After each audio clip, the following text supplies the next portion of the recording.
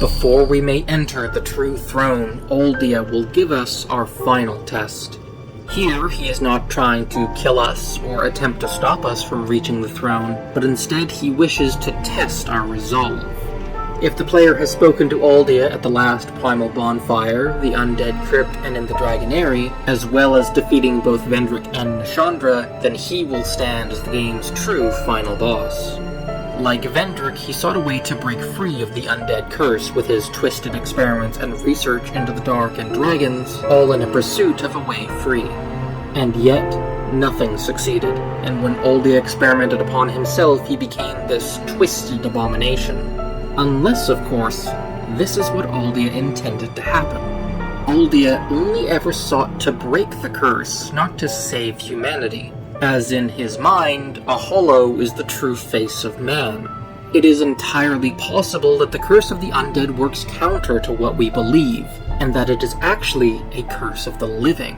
If humanity's true form is actually as hollows, then perhaps the curse was actually applied onto them to grant them a human form. Thus, whenever the fire fades, the curse begins to weaken, slowly reverting humanity back into their original forms.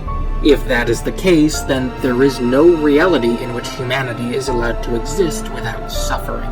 All of this because Gwyn feared what they would do should they be allowed to inherit this world.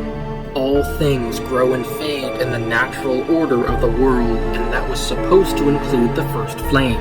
Its death would have begun in the Age of Dark, which in time would give rise to a new age, dictated by the whims of fate. But Gwyn could not let his glorious age go, and when the first flame died, he used himself as kindling to resurrect it. In doing so, Gwyn violated nature and his actions corrupted the world.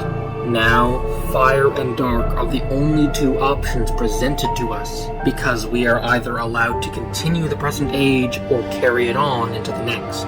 This false dichotomy was all a result of Gwyn's fears, his doubts, and ultimately his actions that led him to commit the greatest crime the world had ever seen, the first sin.